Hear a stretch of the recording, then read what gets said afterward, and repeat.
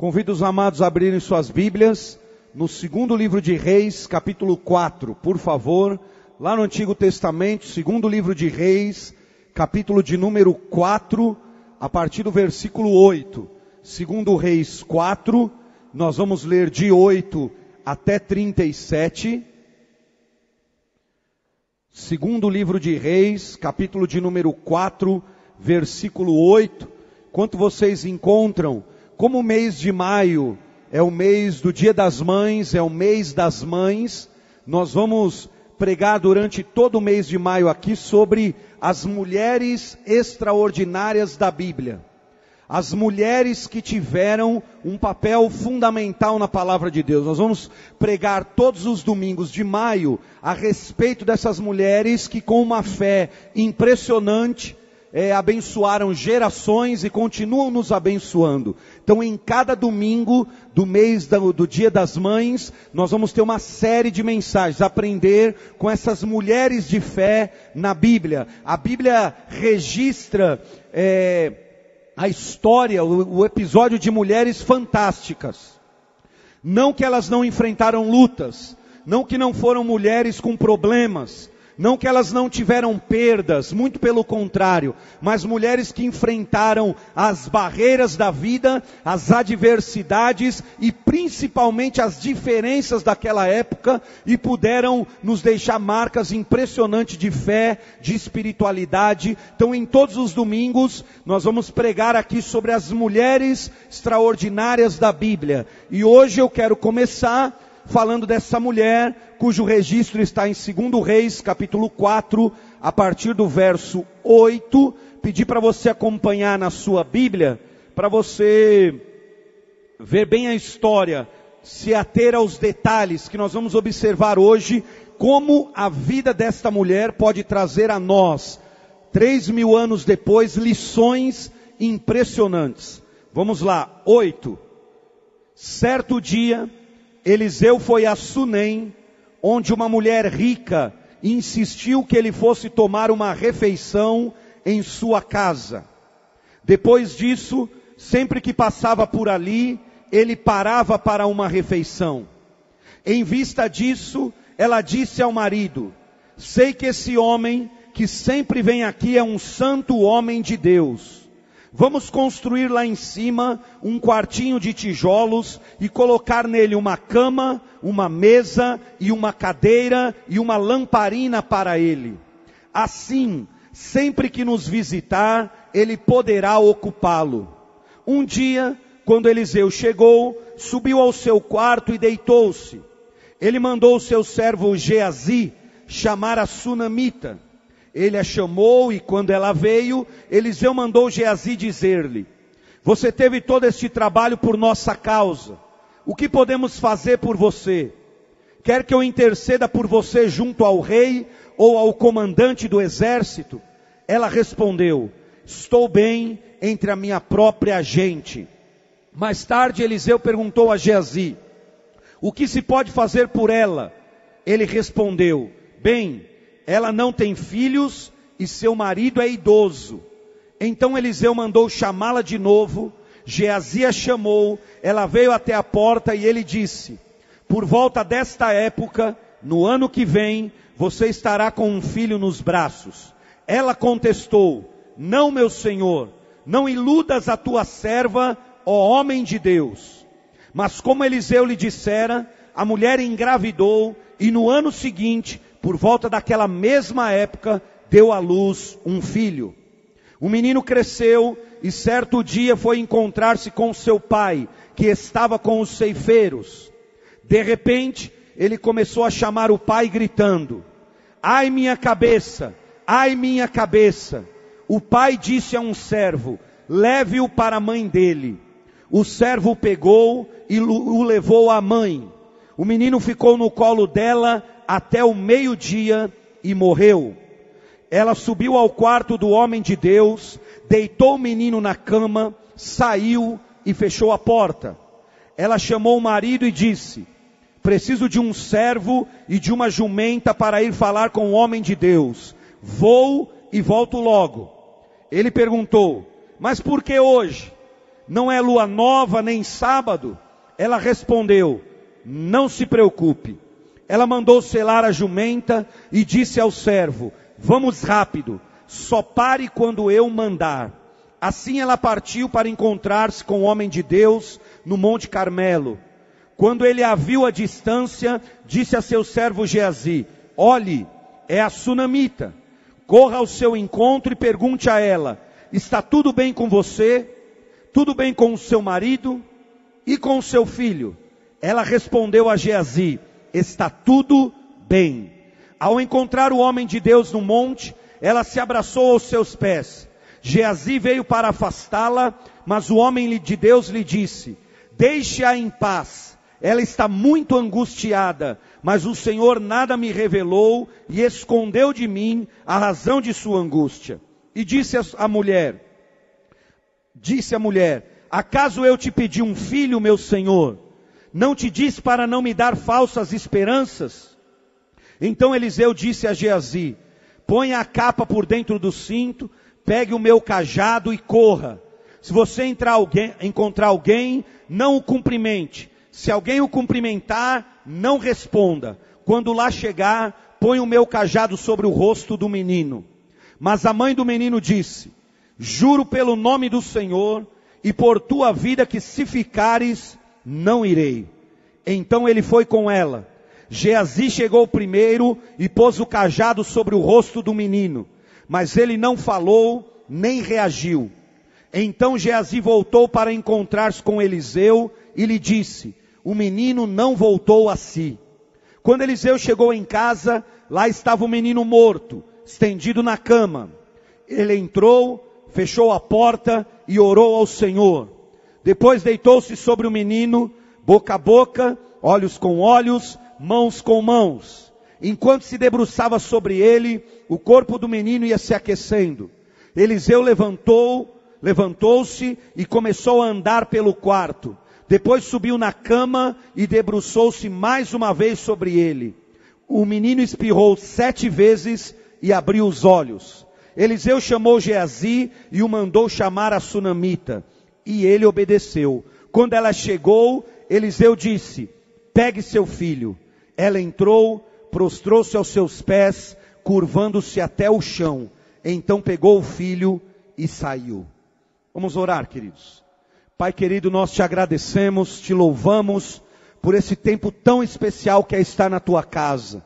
Obrigado, meu Deus, por tua obra em nossa vida, e nós oramos agora para que o Espírito Santo, aquele que é consolador, aquele que convence, aquele que opera, aquele que age, possa encontrar aqui corações que são como um solo bom, porque a questão não é a tua palavra, a questão, Senhor, não é o mensageiro, a questão está no solo. Que o solo seja bom hoje, ao receber tua palavra, e ele promova, Senhor, a tua palavra promova mudanças, conversões, restaurações, fé e esperança em nosso coração. Nos abençoe nessa noite, tanto a mim, que preciso ministrar o teu povo, como o teu povo que precisa ouvir. Que a tua unção venha sobre nós de uma maneira especial. Dependemos totalmente e somente do teu poder, Senhor. Em nome de Jesus, amém. Graças a Deus. Nessa série de falarmos sobre as mulheres extraordinárias da Bíblia, as mulheres com uma fé extraordinária, com um testemunho impressionante, com uma vida impactante, eu quero começar por essa mulher que nós nem sabemos o nome. Aliás, na Bíblia, há dezenas de pessoas cujos nomes não foram registrados. São homens, são mulheres que estiveram no anonimato, mas cuja fé impactou gerações e continua falando conosco até os dias de hoje. Meu convite a você hoje é para nós, milhares de anos depois, aprendermos com a fé dessa mulher, com a espiritualidade dela, a maneira como ela se comportou diante dos momentos mais tensos de sua vida. A Bíblia jamais nos garantiu que nós só teríamos bênçãos e momentos de paz na terra. Mas essa mulher, ela se comporta de uma maneira diferente, com uma fé diferente, com uma espiritualidade diferente, em meio ao momento mais trágico de sua vida. Querido irmão, amada irmã, pense nisso. A mulher começa a ver o profeta passar na porta dela, todas as vezes que ele viaja em pregação, e ela então fala com o marido, e começa a servir uma refeição para ele. Depois ela deseja cooperar um pouco mais com o ministério dele, com a igreja do Eliseu, com o ministério do Eliseu, porque Eliseu tinha um ministério fortíssimo naquela época, ele tinha um trabalho muito especial com escolas de profetas, viajava para lá e para cá, e a mulher então decide construir um quarto para ele. E ela faz assim, e ele passa toda vez lá, fica naquele quarto, e a Bíblia diz que Eliseu decide então falar com ela e dizer, do que você está precisando? Ela diz, eu estou bem. Mas o servo de Eliseu diz, não, ela tem um problema. Há anos que ela tenta ter um filho e não consegue. Há anos que ela tenta engravidar e não consegue. Eliseu manda chamá-la, dá-lhe uma palavra profética e diz, daqui 1 ano eu vou voltar aqui, você vai estar com um garoto nos braços. Um filho vai estar nos seus braços. A mulher logo exclama, não meu senhor, não me iluda, não me engane, porque eu estou há anos tentando isso. Eliseu, fique tranquila. O menino cresce, a palavra se cumpre, 12 anos depois, mais ou menos, o menino vai visitar o pai no campo, e quando ele chega no campo, dá um problema na sua cabeça, ele começa a sentir fortes dores de cabeça, começa a gritar com dor de cabeça, o pai manda levar o menino para a mãe, e a mãe, nós lemos aqui, morre com o menino nos seus braços. Essa mulher morreu com o garoto nos braços, sem ter o que fazer. Não tinha remédio, não tinha Dorflex. Todo mundo tem dor de cabeça, toma um Dorflex, não vou tomar alguma coisa. Não existia isso, não existia Unimed para levar a criança, não existia hospital para levar correndo, não tinha nada, não tinha saída. Ela morre com um garoto nos braços, não tinha para onde correr, não tinha para onde ir. E ela simplesmente morre com o menino nos seus braços. E aí, meus irmãos, começa o drama dessa mulher e como ela enfrentou essa situação, como ela enfrentou a maior perda de sua vida, como ela lidou com a maior frustração, a maior decepção da sua história. Hoje eu quero compartilhar com você algumas lições que podem mudar a nossa vida. Nos fazer viver melhor, nos fazer viver bem, nos fazer encarar as frustrações, as decepções e os maiores dramas da nossa vida. Talvez você está aqui hoje lidando com perdas, há perdas quem sabe na sua vida, e eu quero compartilhar com você hoje como essa mulher enfrentou a maior perda da sua história. A perda de um filho, como ela trabalhou essa questão e quais foram as questões que envolveram a sua fé. Há lições aqui preciosas que podem te fazer e me fazer viver melhor, encarar os desafios da nossa vida de uma maneira melhor. Esse texto, há 8 anos e 4 meses atrás, foi um dos textos que eu mergulhei na minha vida, quando eu perdi um filho, o meu terceiro filho, o nosso terceiro filho, meu e da Adriana. Eu mergulhei nesse texto, não só nesse, mas em todos os textos da Bíblia, e eu fiz um estudo maluco, de todas as pessoas que viveram perdas na Bíblia, que tiveram perdas na Bíblia. E quando eu li a história dessa mulher, a história dela me impactou de uma forma que me ajudou a estar aqui hoje. Me ergueu, me levantou, a fé dela, a maneira como ela encarou essa perda, as qualidades da fé dela, as características da espiritualidade dessa mulher. Nessa série, Mulheres com uma Fé Extraordinária, eu quero começar a compartilhar com você hoje quais foram as 5 principais características da fé dessa mulher extraordinária. Eu nem sei o nome dela, mas o que ela fez, a maneira que ela se comportou, se você a imitar, pode mudar a história da tua vida, pode mudar a maneira como você enfrenta as questões, os dilemas mais intensos da tua história. Se você olhar para a vida dela e ver essas 5 qualidades da fé dela, podem mudar a tua vida hoje. Eu quero compartilhar com vocês de uma maneira bem direta, bem rápida, e poder dizer para vocês essas 5 qualidades. Primeira característica, qualidade da fé dessa mulher extraordinária. ela tinha discernimento espiritual. Percepção espiritual. Repita comigo, discernimento espiritual. Eu nem sei o nome dessa mulher, mas perceba como essa mulher tinha um discernimento espiritual aguçado. Ela vê o homem de Deus passar todo dia toda vez na porta da casa dela. Ela consegue identificar que Eliseu era diferente dos outros. Ela tinha um discernimento espiritual tão aguçado que ela diz: esse homem era um homem de Deus. Queridos, a época que ela viveu era uma época de falsos profetas, falsos enganadores, tinha profeta para todo lado, mas ela consegue olhar para Eliseu e ver, esse homem é diferente. Ela verifica que Eliseu tinha algo diferente na vida dele, então ela abre as portas da sua casa, ela enxerga aquela situação por dentro. O discernimento espiritual dela não impede ela, livra ela de cair em ciladas, em negócios errados, num possível erro. Se tem uma coisa que nós precisamos nos dias de hoje é discernimento espiritual. Querido, se tem algo que pode mudar a história da tua vida, é a percepção espiritual, é a sabedoria espiritual.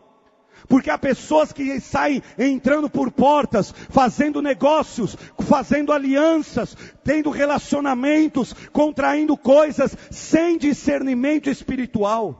Sem saber se Deus está nisso ou se Deus não está nisso. Sem orar para saber qual é a direção de Deus, a vontade de Deus. O que nós mais precisamos hoje é discernimento espiritual. Você precisa saber se esse relacionamento é de Deus. Você precisa saber se esse negócio é de Deus. Você precisa saber se essa oportunidade é realmente dada por Deus. Essa mulher tinha discernimento espiritual.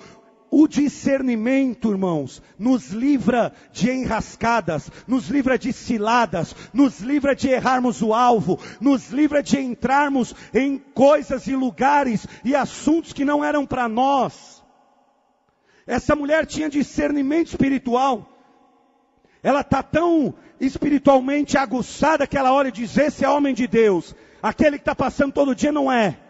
E o que mais o ser humano precisa hoje é esse discernimento. É você discernir aquilo que está vindo de Deus e aquilo que não está vindo de Deus. Porque há pessoas que saem que nem loucas fazendo negócios, fazendo coisas na sua vida, fazendo alianças e não se lembram, será que Deus está nisso? Será que Deus não está aquilo? Olha o ensinamento da vida dessa mulher. Ela consegue identificar o que estava acontecendo naquele momento. Não só com Eliseu, mas quando o filho morre, ela tem outro discernimento espiritual. Ela consegue identificar qual foi a razão.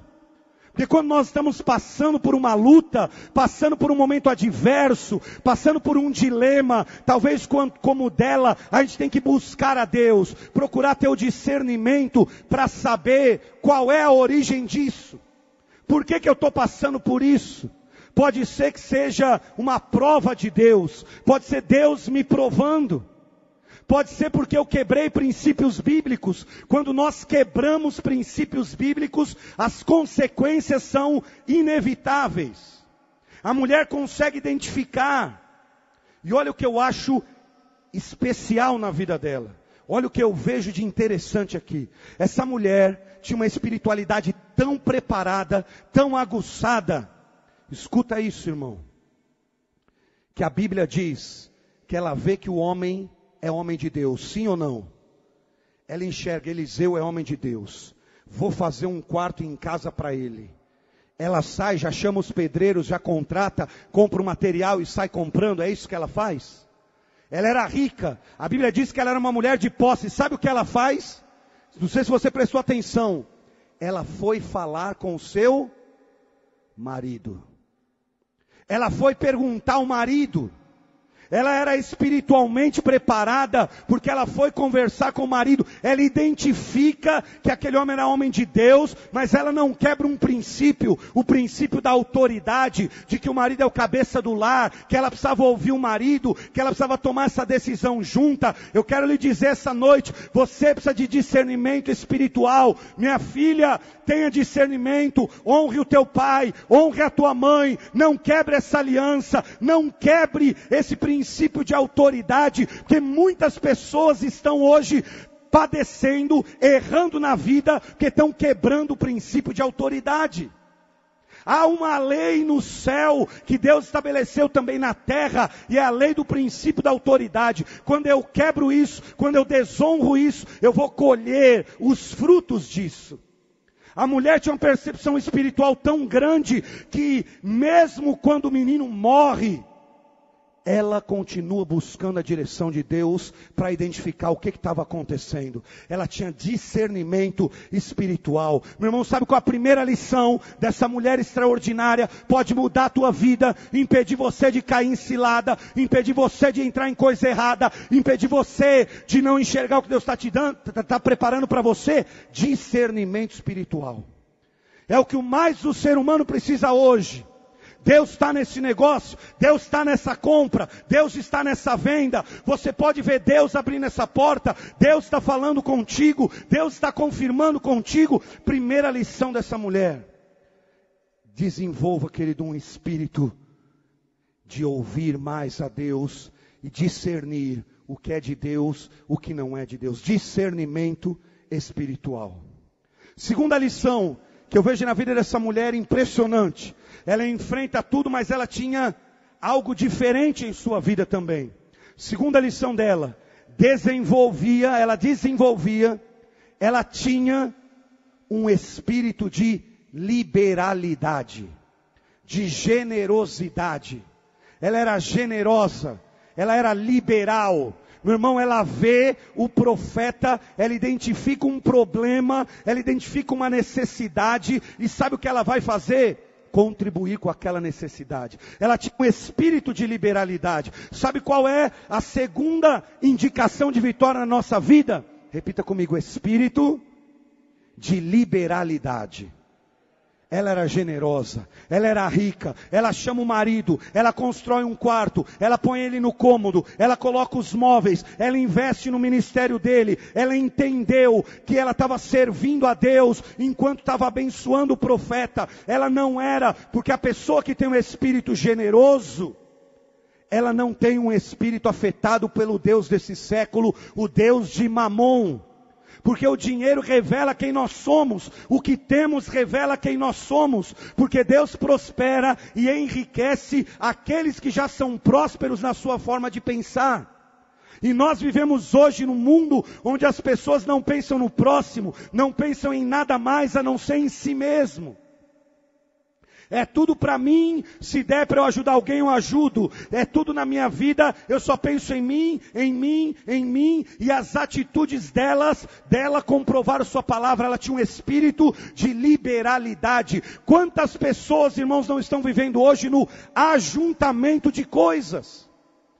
Quantas casas não tem um cômodo cheio de tralha? De gente que está ajuntando coisas que você nunca vai usar. Coisa que está contigo há dezenas de meses, há anos, você nunca usou, e tem gente que você pode abençoar. Quantas pessoas não têm em si um espírito generoso de poder abençoar alguém, abençoar o reino de Deus, a igreja de Deus, o povo de Deus, olhar para o próximo. A mulher tinha um espírito de liberalidade. O que você plantar, você vai colher. A Bíblia diz que a alma generosa prosperará. Aquilo que você abençoar uma pessoa, aquilo que você abençoar o reino de Deus, vai voltar para você, querido. Mas nós temos que romper com esse espírito hoje do individualismo. Quem você será que podia abençoar com algo que você tem? E para você, quem sabe, não serve mais. Quem você poderia ajudar com algo que você tem? O que você poderia fazer mais por alguém, mais pelo reino de Deus? Essa mulher olhou a necessidade e diz: o que eu posso fazer mais pelo reino de Deus? Você quer viver melhor? Você quer passar por essa vida melhor? Desenvolva um espírito generoso, um espírito de liberalidade. Porque nós estamos numa geração de pessoas que é capaz de comprar uma bolsa de R$1.000, mas não é capaz de dar R$1 para o guardador de carro. Tem gente que compra a bolsa de R$500, mas nunca deu R$50 na igreja. E essa é a geração que a gente vive. A do ajuntamento para si próprio, de só juntarmos para nós, é só para nós. Não vou nem falar, irmãos, quantos de nós não guardamos coisas e poderíamos estar vivendo o novo de Deus, mas não vivemos o novo porque nós estamos acumulando o velho. E há uma regra no mundo espiritual que é: você quer viver o novo de Deus, dê espaço, tire o velho, querido. Não fique ajuntando coisas. E tem pessoas que juntam coisas, inclusive velhas, quebradas, que não servem mais para nada. Quantas pessoas não juntam uma panela que não tem mais cabo, mas você guarda lá naquele quartinho e diz: um dia eu acho que eu vou precisar dela. Quem sabe um dia eu vou usar essa panela. Coisa quebrada, chaleira que não serve mais para nada, um monte de coisas que não servem para nada, gente juntando coisas num tempo do que as pessoas só olham para si mesmas. E isso poderia estar abençoando pessoas, não essas coisas velhas e quebradas, mas você podia estar abençoando alguém, podia estar ministrando na vida de alguém, podia ser um instrumento de Deus na vida de alguém. Essa mulher foi impressionante porque ela desenvolveu um espírito de liberalidade, de doação. Se tem algo que Jesus veio no mundo para nos ensinar vocês precisam ser mais doadores. Se tem algo que Deus nos ensinou com o seu Filho doarmos mais, abençoarmos mais, dividirmos mais, olharmos mais para os outros, ajudarmos mais os outros. Um dos propósitos de Jesus vir na terra foi esse. Nos ensinar, porque Ele foi o maior doador, porque Ele deu tudo e tudo do melhor. Então olha as lições da vida dessa mulher. Primeira lição da vida dessa mulher: discernimento espiritual. Repete comigo: discernimento espiritual. Segunda lição: espírito de liberalidade. Ela era generosa. Terceira lição da vida dessa mulher. Impressionante isso aqui. Nunca deixe uma perda paralisar você. A terceira lição dessa mulher impressionante nunca deixe uma perda paralisar você. Meu irmão, essa mulher perde o filho. Promessa de Deus. Deus tinha dado o filho a ela, prometido pelo profeta, e ela vê o menino morrer nos seus braços. Pensa na mãe, olhando o menino falecer, os órgãos pararem, a cabeça explodir de tanta dor, e ela fica ali com o menino até morrer. E o menino morre, ela chora no quarto, enterra ele, joga tudo ali, desiste da vida, abandona tudo e manda chamar o marido. É isso que ela fez? Ela não permitiu a perda paralisá-la, muito menos a azedou. Ela não socou o chão, ela não começou a murmurar, ela não começou a gritar com todo mundo, ela não começou a colocar a culpa em todo mundo, ela não começou a olhar e dizer: isso está acontecendo comigo, é culpa sua, é culpa do profeta, é culpa do outro. Porque quando a gente vive uma perda, a gente começa a esbravejar contra o céu e a terra. E a olhar para todo mundo e querer colocar a culpa nos outros. Simplesmente ela pega o garoto, põe na cama do profeta, desce, vai até o marido e fala: meu filho, eu preciso de uma jumenta. Uma jumenta, prepara uma jumenta e um empregado para mim. Eu preciso ir falar com o profeta. Aí o marido pergunta para ela assim: está tudo bem? O que ela responde? Está tudo bem. Aí ela pega a jumenta, vai falar com o profeta. Quando ela chega embaixo do monte, o profeta vê ela de longe, o profeta manda o servo dele pergunta para ele, manda perguntar para ela: está tudo bem com você com seu marido, com seu filho. O que ela responde para o servo do profeta? Está tudo bem. A mulher, meu irmão, não deixou aquela perda paralisá-la, fazê-la desistir, roubar os seus sonhos. O filho era o sonho dela, e ela não deixou aquela perda, aquela morte, aquela tragédia de ver o filho morrer nos seus braços paralisá-la. E sabe o que eu acho extraordinário aqui? Nas duas respostas que ela dá, tanto no verso 23 quanto no 26. No verso 23 ao marido, no 26 ao servo do profeta, ela usa a mesma palavra no hebraico, na língua original. Sabe qual é a palavra que ela usa? Shalom. É a palavra que ela usa. Escuta isso. O marido pergunta, está tudo bem? O marido sabia que ele tinha mandado um menino morrendo de dor de cabeça para ela para casa. Aí o marido pergunta, está tudo bem, minha filha? Sabe o que ela responde? Shalom. Sabe o que é shalom, meu irmão? Shalom é, a paz de Deus está comigo. Sabe o que ela diz? A paz do Senhor está na minha vida. Meu irmão, você pode estar no meio de uma perda, uma derrota, algo incerto, você não sabe o que vai acontecer, mas Deus está na tua vida. A paz do Senhor é conosco. A mulher levanta o brado e diz, Shalom, meu filho está morto, mas Shalom, Deus está comigo, Ele é na minha vida, Ele é na minha história. Meu irmão, minha irmã, ouça ecoar essa palavra essa noite. Não sei o que você está vivendo, mas Shalom, a paz de Deus ainda é conosco. Aleluia. Meus irmãos, essa palavra tem a ver com a paz que excede todo entendimento. Essa palavra é a paz que passa de qualquer entendimento humano. O marido pergunta, filha, e o menino? Saiu daqui quase morrendo. Ela diz, Shalom. A paz do Senhor está na nossa casa. A paz do Senhor está na nossa vida. Irmão, tua casa pode estar no maior dilema. Você pode estar no maior problema da sua casa. A paz de Deus está no teu lar. A paz do Senhor está na tua vida. A paz do Senhor está na sua história. Ela não deixa a perda paralisá-la. Ela teve maturidade espiritual incrível. Sabe por quê? Ela não conta para o marido que o menino tinha morrido. Ela não conta para o marido que o menino tinha morrido. Porque naquela época, a lei e o costume era o seguinte. Quando alguém morria, se enterrava no mesmo dia. Se ela contasse para o marido, ele ia pegar o garoto e ia enterrar no mesmo dia. Ela disse, não vai dar para enterrar o meu sonho, não.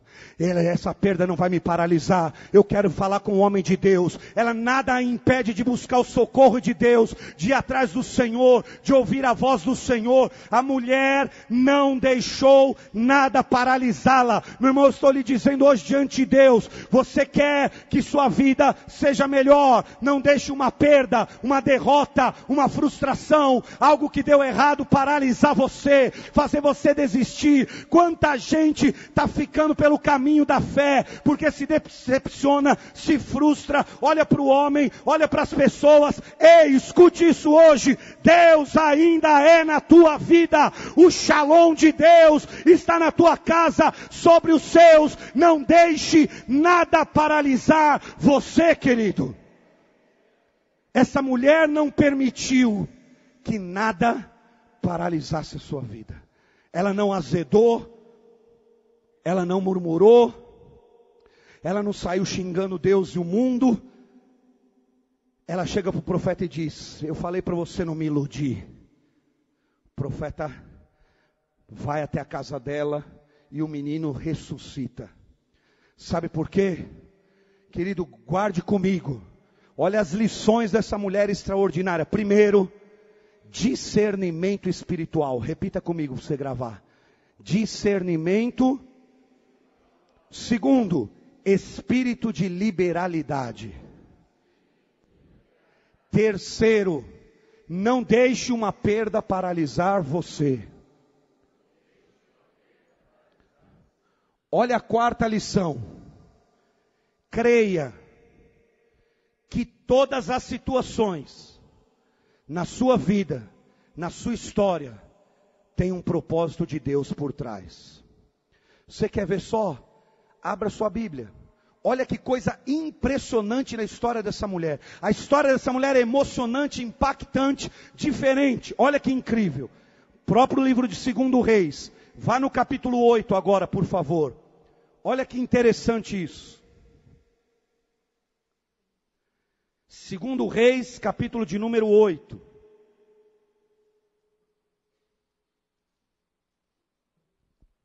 Primeiro versículo, encontraram? Amém, igreja? Olha o que a Bíblia diz. Eliseu tinha prevenido a mãe do menino que ele havia ressuscitado. Saia do país com a sua família e vá morar onde puder, pois o Senhor determinou para essa terra uma fome que durará 7 anos.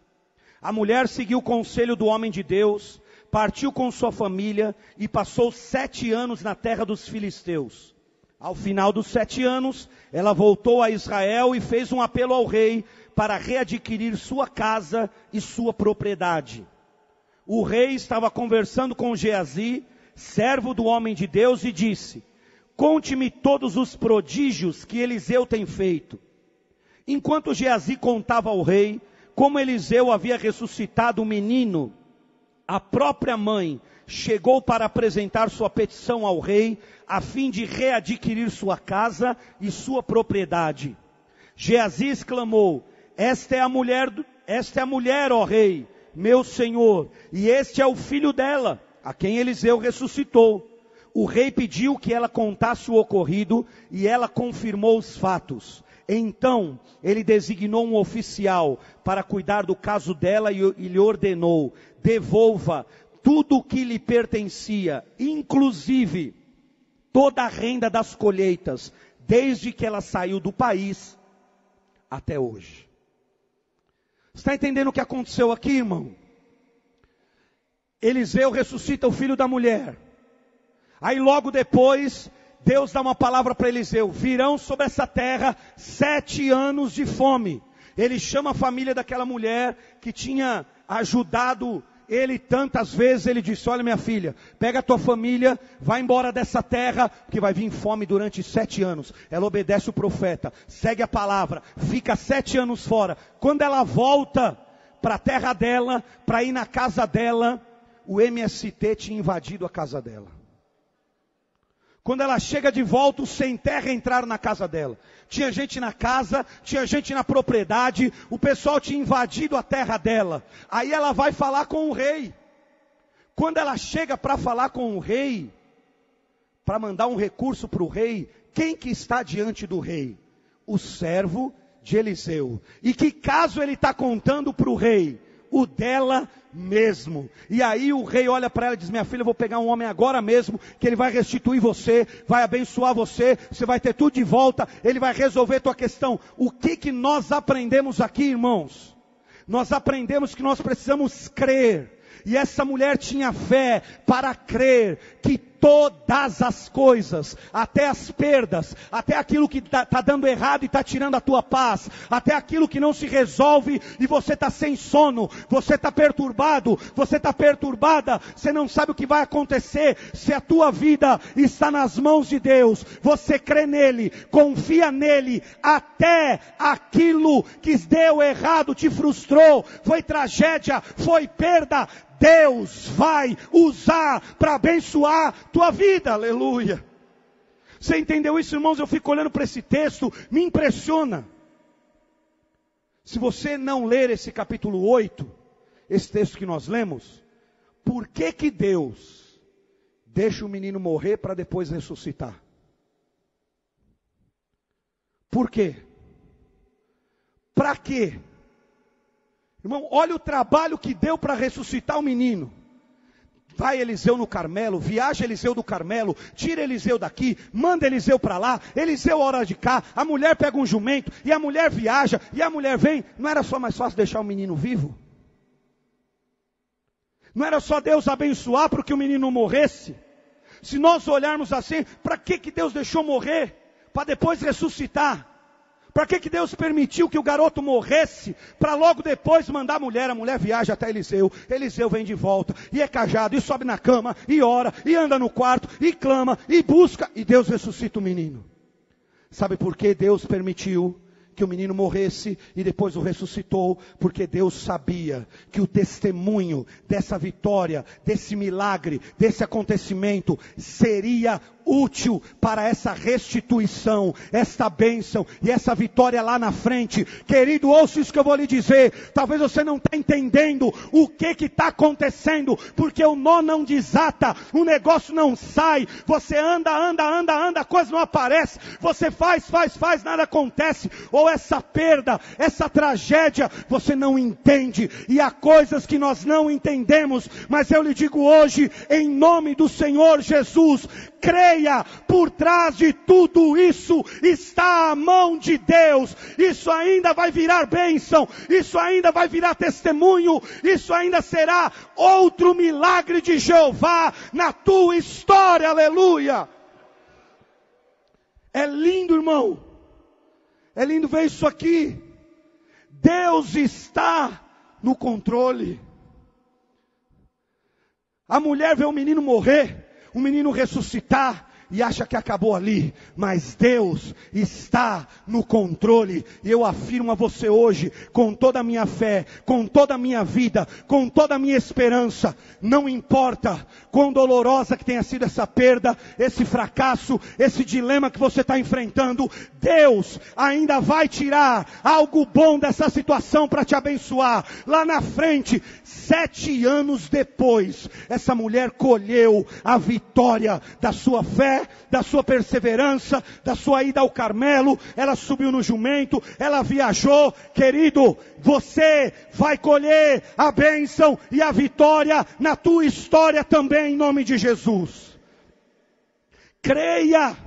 A quarta da lição da vida dessa mulher, nós temos que crer que mesmo por trás de todas as nossas tragédias, até das nossas mazelas, até dos nossos pecados, até da sua queda, até por trás dessa sua queda, desse seu pecado, desse seu desvio, até por trás disso, Deus pode reverter em bênção, em algo novo, em algo diferente, em algo pleno para você, se você crê no nome dele, querido.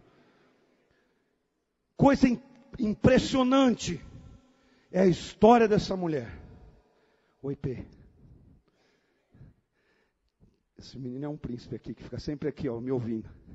Olha só, por trás, vou repetir isso, disso que você está vivendo, tem a mão de Deus, querido.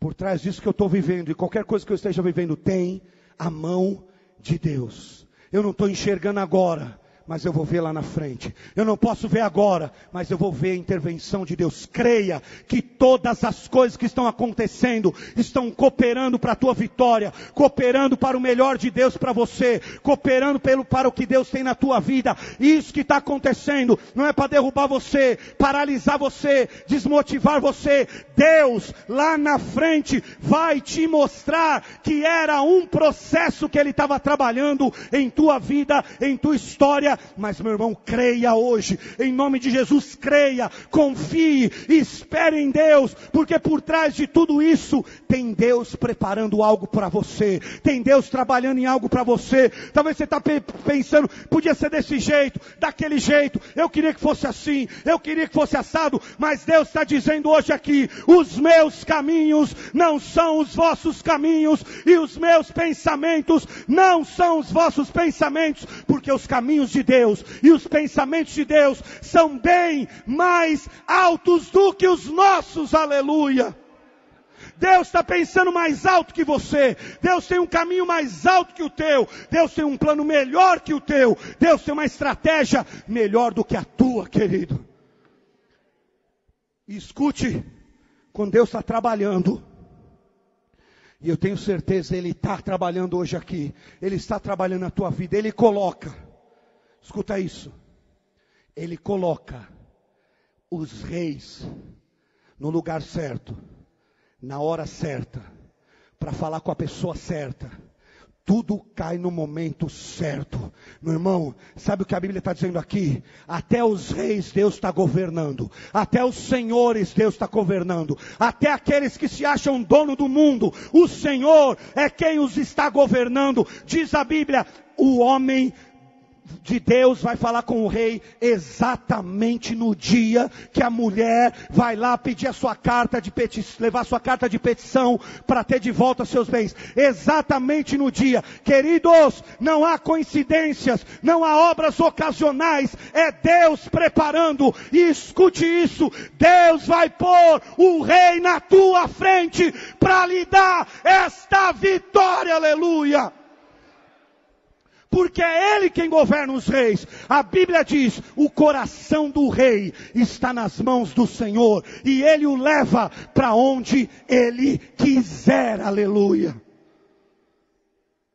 Meu irmão, olha que impressionante a vida dessa mulher.